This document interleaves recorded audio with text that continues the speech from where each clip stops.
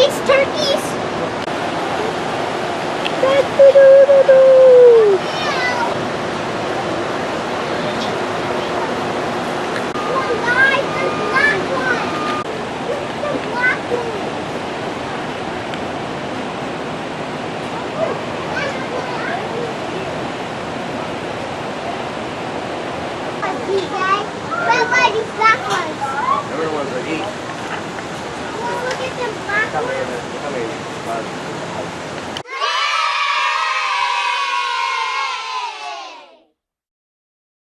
That one looks like a dog. Yeah, it's not a dog. Rabbits are really easy to raise, especially if you live in Athens, like I'm assuming most people do. You can put them in cages, they're easily fed, easily watered. As long as they have feed and water at all times, they're good. Don't require a lot of care and they're good for therapy. Well, I let mine loose in the house and they chew the electric cords, they chew everything. Yeah, that's always a problem. Yeah, we have ours. Yeah, one of the reasons we're not allowed to have fans in the rabbit barn is because someone yanked and opened an electrical cord because a rabbit chewed on it, so they just removed all fans. But we can have them in here because we're in the turkey barn, so it's all good.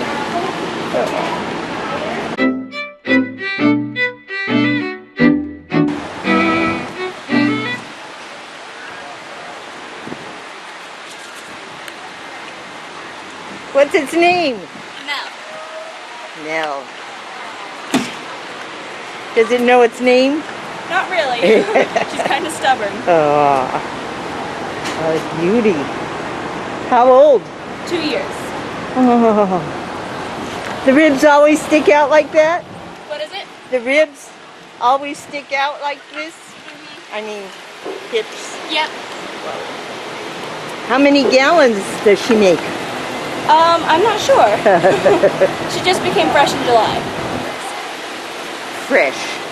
Yep. So she had a baby. Yep. Is the baby around? Not here, no. Ah. But she'll be here next year. Oh, great. Hopefully they turn out to be really nice cows because they got quality frames. And I think to follow them up, the second best group out there would be the red and whites for second place. The overall dairy strength that they have over these calves that we have down here for a third place group. If you like the dairy strength, the width, and the overall scale that the red and white ones have.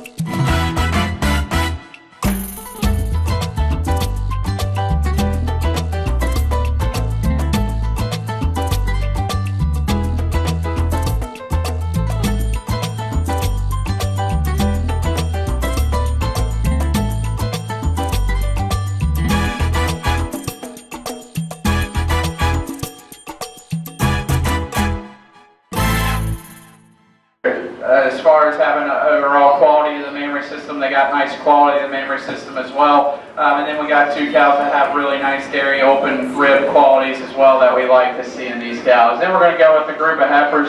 That is an extremely nice group of heifers, and it takes a lot to beat a cow get a sire, so we'll leave them in a second. You got your junior champion, your reserve junior champion, and then your second place in that class, that reserve, and you really admire the overall frame and structure of those 3 calves.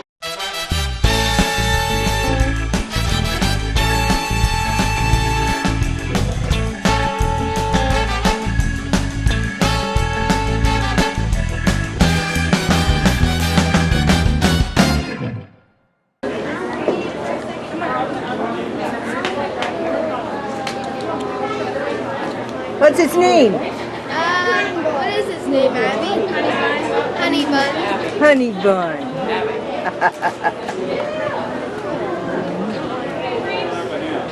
Hold on.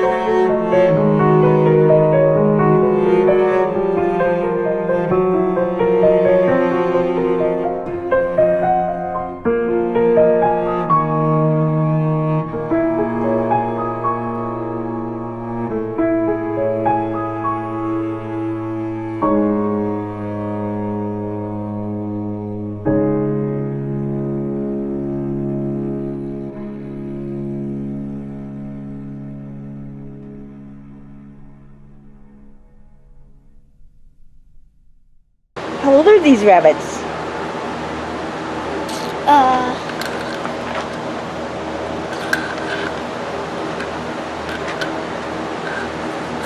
I really don't know. Well, are they babies? No. Have they bred? What? Have they had babies themselves? No.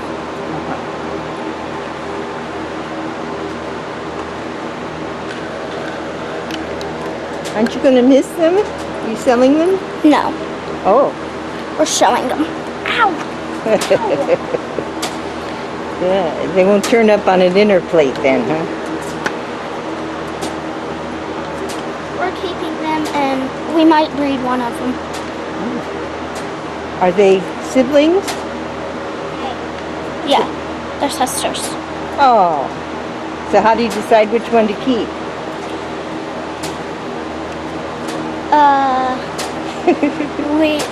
Me and my cousins, me and my cousin has to decide which one that we're keeping. Who's that? This, I named him Olaf because he's white. Olaf? Does that mean white? No, it's from the movie Frozen. Let's see it. Is it going to be bread or? Actually, this one we're actually selling, and another cage we're keeping.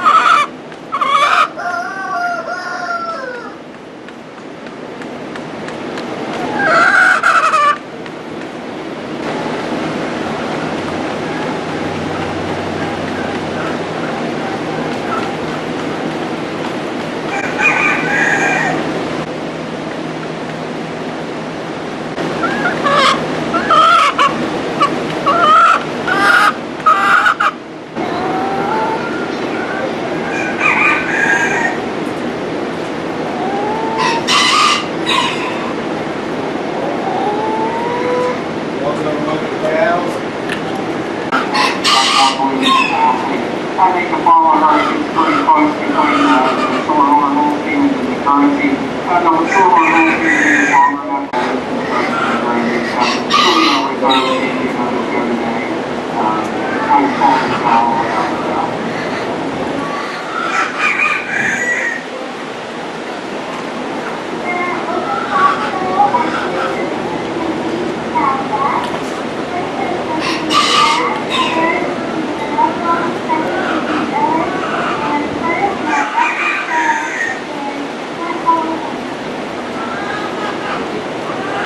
We have Balloon, who is I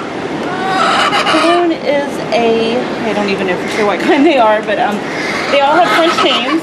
One means nugget, Balloon, which means drumstick. We have Petite, that means nugget, and then we just have Daisy Mabel here. This is our layer chicken. She's a golden buck. She's German, and she is I cannot remember what she is, but I'm sure a Polish chicken. So Polish, yeah. Polish. And we have one more at home that we had to leave at home because she was shedding. So, but yeah, those are my daughter's chickens. So, all right, thanks. Lovely.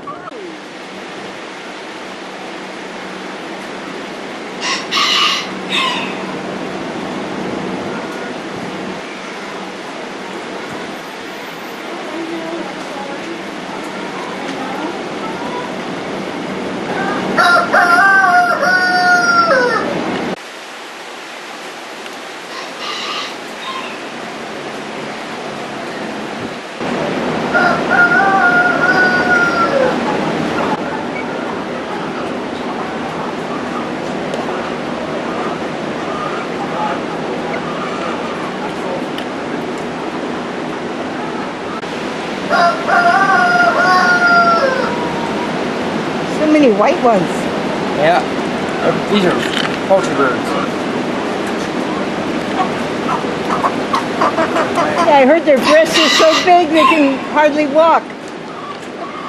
These birds right here weigh 11 and a half pounds. Oh.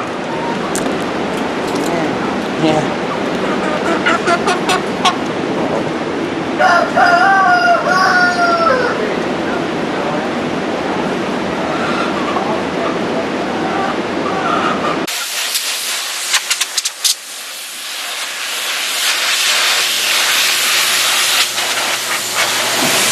On the ground, film pictures will be taken today, 1 p.m., small animals in the dairy barn arena.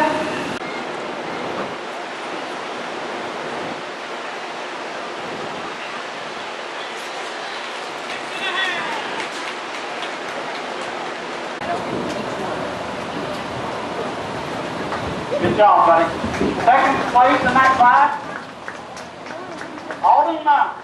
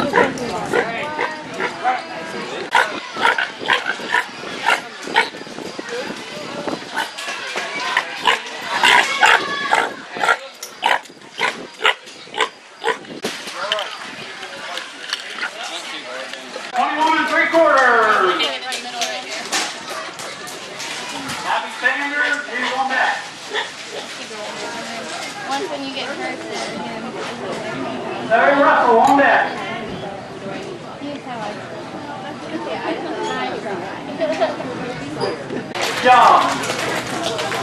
Good.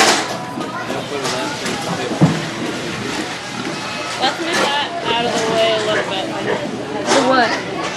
Okay. There you go. Put it wherever you think. Fort Russell. Okay.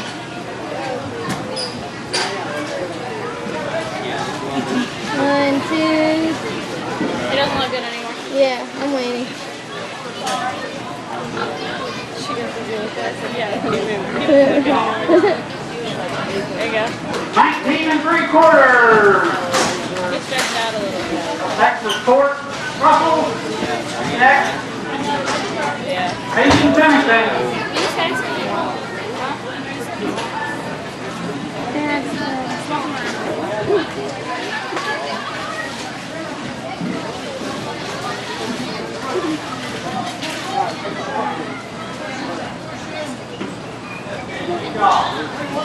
One and a half.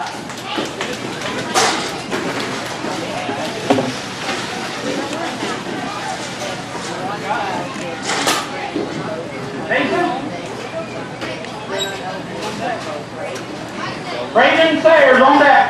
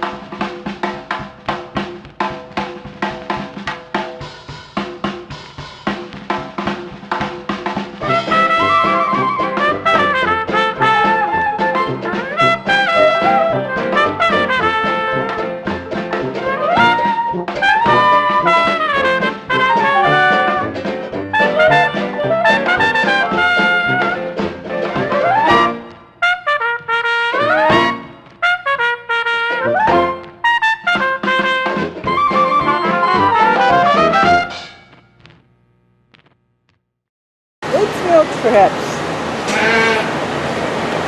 Because it causes a disease if they have their tail on or something.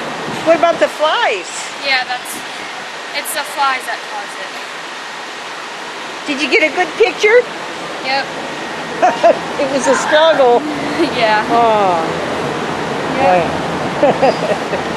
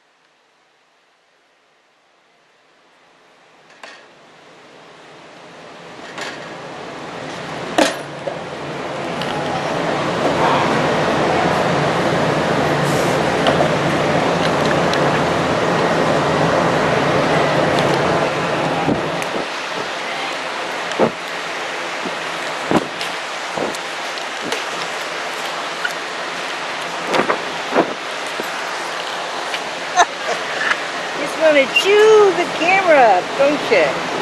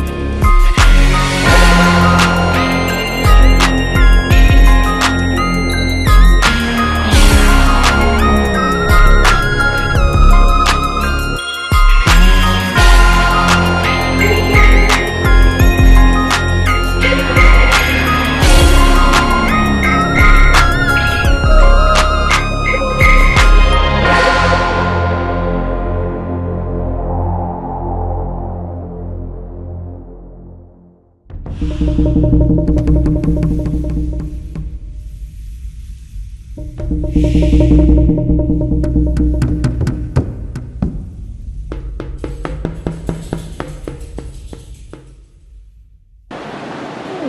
think there's 3 And you don't mean horses, you mean actual... people, yes. Oh. I don't get it. Why shouldn't they love to do it? I don't know. I feel like they should. It's a lot of fun.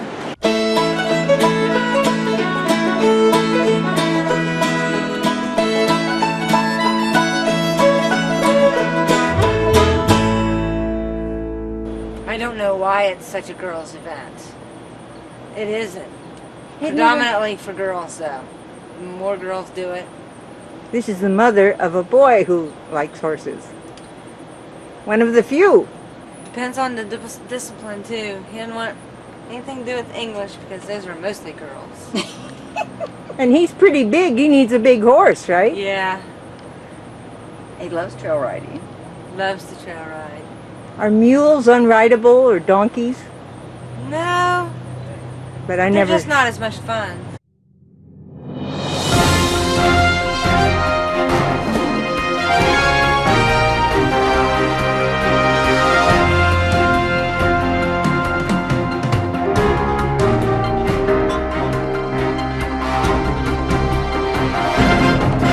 I'm Neil Wagner, an organizer of the Sierra Club's Beyond Coal campaign, but Athens is very near, very dear to my heart. I am an OU alum twice over with my undergrad and my graduate degree here. Anytime I can come down to Athens, I love to talk about stuff that impacts Athens. What we're going to talk about, I'm going to give a little bit of an update on the coal bailout campaign, October or November of last year, where we had a town hall talking about what was going on with AEP's bailout hearing. A lot has happened since then, a lot of really good stuff. When last we met, AEP was seeking to create a new rider on customer bills to bail out a number of old dirty coal plants. Billions of dollars and thousands of megawatts of coal that is struggling in the competitive marketplace right now, that would be given a lifeline and be profitable no matter what, and will continue to contaminate air, water, destroy our health for years to come.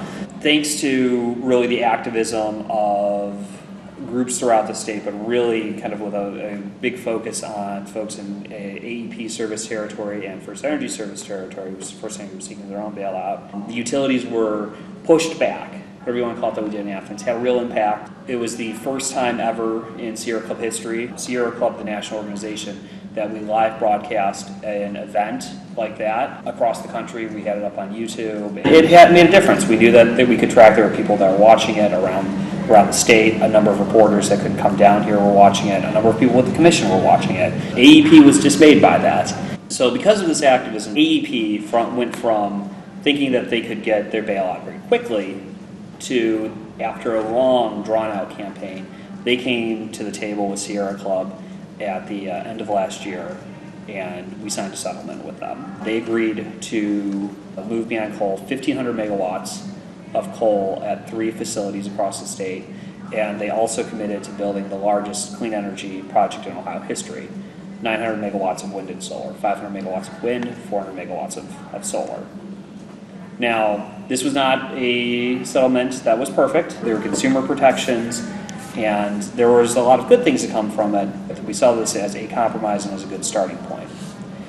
Fast forward to March of this year, and as the Federal Energy Regulatory Commission came in, and again, because there was so much attention that were on these cases, they kind of stepped in. This is a slow, ponderous federal organization that began moving very quickly, and they looked at AEP's power purchase agreement. They looked at what they were trying to do with these coal plants, and what they said was, this is not okay. This violates an inter-affiliate waiver, saying that Ohio is a deregulated state. Every company should have a generation company, and then there should be a transmission and distribution. So the lines going on your house, that's regulated. The actual plants producing power, deregulated.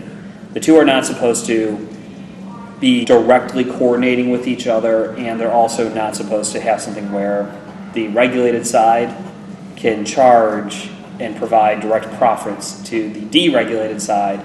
So FERC came in and essentially said no to the bailout request. And what AEP ended up coming out of that saying is, you know what, this has been a long, drawn-out campaign. The economics have changed considerably.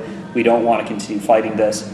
And they took what was left of their bailout request, even after they signed the settlement with Sierra Club. They said, no more bailout.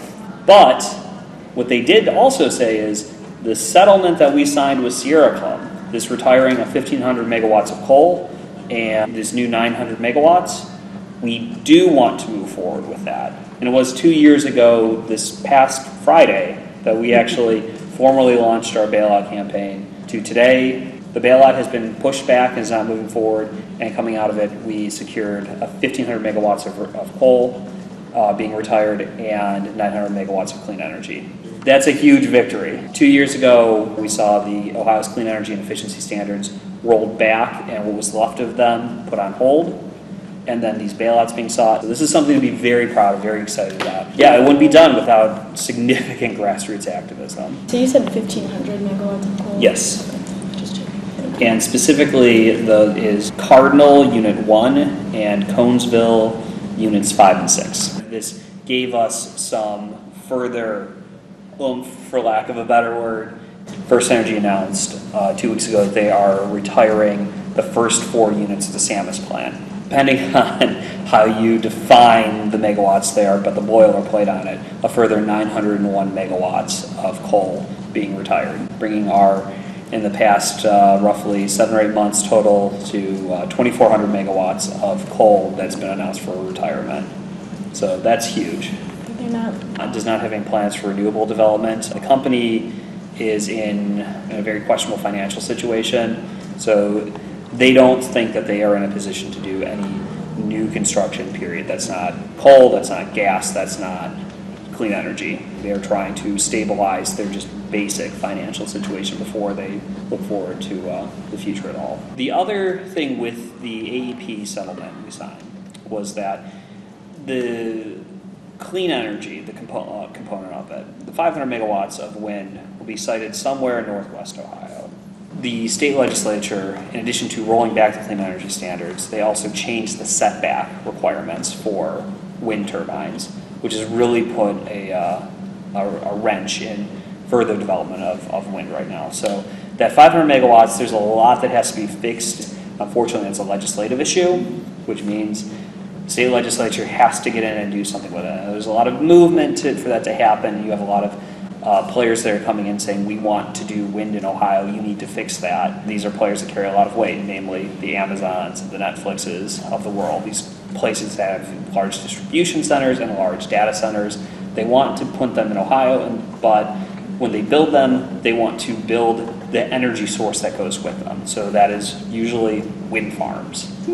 Amazon specifically, they have a distribution center that a fulfillment center, I guess is what they call it, in Whitehall in central Ohio, and they want to put more things here, but they want wind to power it because there is this emphasis, because there are large players that the legislature, while there are a number of folks there that carry a lot of weight themselves, that are just philosophically anti-wind, they're also very philosophically pro-profit.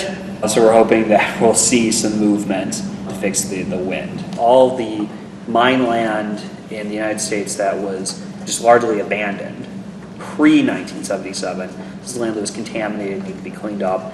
There were no companies really around to do anything of it. We've all seen the stories of the coal company that just up and leaves town and leaves the land fallow and no jobs. In 1977, when the Surface Mine Reclamation Act was passed, the idea was we're going to create this kind of surcharge on future coal extraction to pay for the sins of the past, to clean up this mine lands.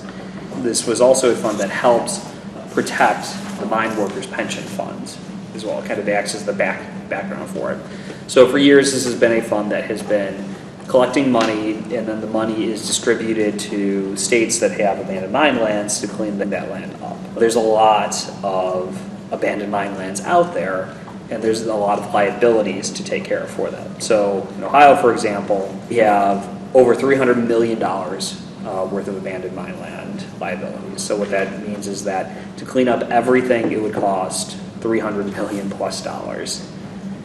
This fund is slowly but surely distributing money, but it's not going to have an impact immediately, and it's not going to necessarily be able to take care of all of it. What the Reclaim Act is Congressman Hal Rogers from Kentucky. He's a very powerful Republican, just being a Republican to the party that controls Congress right now. He's also the chairman of the House Appropriations Committee, so we're talking about a very powerful Republican. What he did is he came forward with House Resolution 4456, the Reclaim Act. There is an absurdly long acronym for what Reclaim is, and I never remember it. It takes $1 billion from the Abandoned Mineland Fund, and that by taking $1 billion out of it, it does not interfere with any other current programs that the Abandoned Mineland Fund is paying for. It does not have any impact on the liabilities of the Mine Workers Pension Fund. And it still leaves $2.5 billion in this fund. Expedite the spending of it over the course of 5 years. So $200 million a year going out to states with historic abandoned mineland liabilities. And what it seeks to do is support economic development projects in these states. Over the course of those 5 years, if this passes, it could bring $64 million of public dollars into the state to help clean those lands up for economic development projects. This funding, $64 million over 5 years, it's roughly $12.8 million a year, could go towards helping clean up lands to put up, say, a solar farm, which could be, say, part of this AEP 400 megawatt solar project. Hal Rogers, Congressman Rogers, very, very big time Republican, very powerful Republican Congress. He's from Kentucky, he's from Appalachia. He has 14 co-sponsors, but of those 14, 8 are Republicans, 6 are Democrats. They are also from Appalachia. We are seeing a lot of folks coming out and supporting this bill. The United Mine Workers support it. We've seen governors in coal-heavy states, like the governor of Pennsylvania has come out and supported it. The Reclaim Act is also very similar to some initiatives that the Obama administration has put out to support transition and assistance in coal country. Power Plus? Power Plus. Very similar to Power Plus. So we're very hopeful with this, again, because there's a lot of powerful backing behind it. It's bipartisan. We know the administration supports it. And it's not using any new monies. It's using money that's already been collected and needs to be spent. There's a lot of possibility with that to move it. So, in a time when there's not a lot of good that comes out of Congress, this is something that could be good that we can all get behind and say, hey, yes. So what we're doing right now is we're trying to encourage Ohio's congressional delegation to get onto this bill.